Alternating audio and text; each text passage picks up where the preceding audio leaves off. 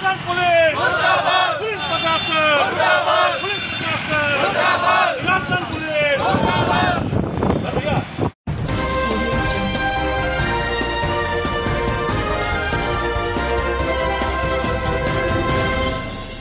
खीरी जनपद के निघासन थाने में एक पत्रकार की पिटाई और 3rd डिग्री का इस्तेमाल कर शारीरिक और मानसिक चोट पहुंचाने का मामला अब तूल पकड़ता जा रहा है। हालांकि पुलिस महकमे के उच्च अधिकारियों के संज्ञान में मामला आने के बाद 3 सिपाहियों को निलंबित कर दिया गया है।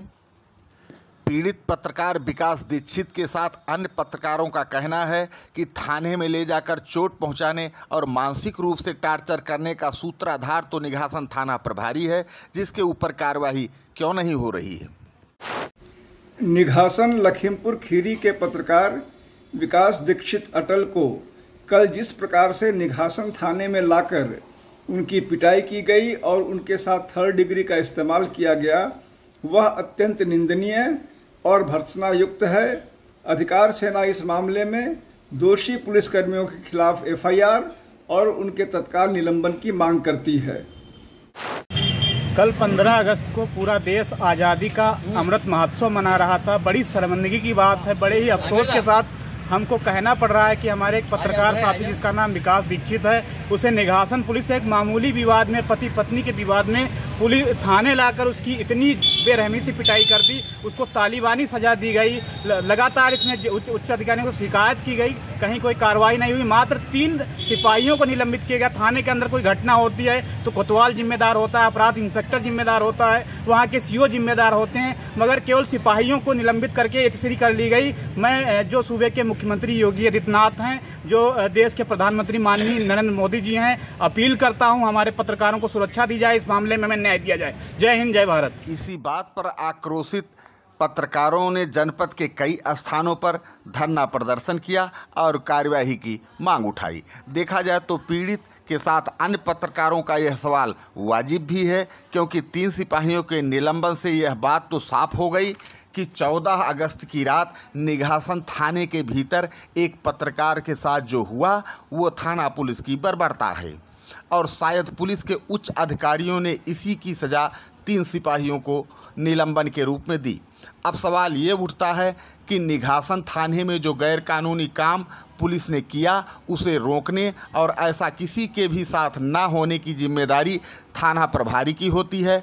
अब अगर थाना प्रभारी की गैर जानकारी में यह सब हुआ तो यह बात स्पष्ट है कि जिसके मातहत इतने निरंकुश हैं कि किसी के जीवन पर संकट खड़ा कर सकते हैं, कानून से हटकर कुछ भी कर सकते हैं, तो वह निघासन थाना ही नहीं किसी भी थाने का प्रभार संभालने योग्य नहीं है।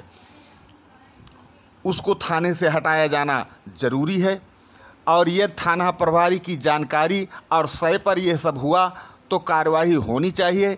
इसी मांग को लेकर जिले के कई वरिष्ठ पत्रकार पुलिस कप्तान खीरी से मिले। निघासन में पत्रकार की बर्बरता से पिटाई की गई है पुलिस के द्वारा। आज आप लोग SP कार्यालय आए हैं, क्या मांगे थी आप लोगों की SP के सामने?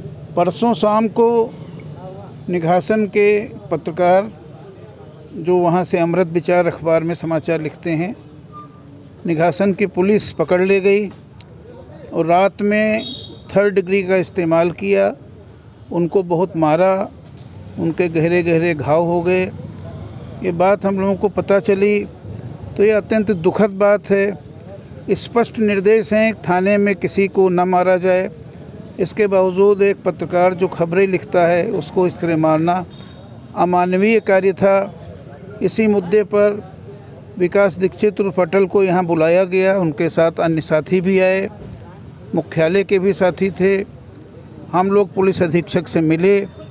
पुलिस अधीक्षक ने कहा कि मैंने 3 सिपाहियों को पहले ही सस्पेंड कर दिया है, लेकिन इस बात से लोग सहमत नहीं हुए और कहा क्राइम इंस्पेक्टर और इंस्पेक्टर के खिलाफ भी कार्रवाई होनी चाहिए।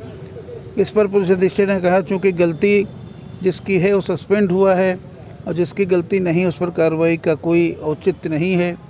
बाद में इस बात पर निष्कर्ष निकला कि अपर पुलिस अधीक्षक पूरे मामले की जांच करेंगे और रिपोर्ट देंगे। उस रिपोर्ट में जो भी आएगा उसके अनुसार कार्रवाई की जाएगी।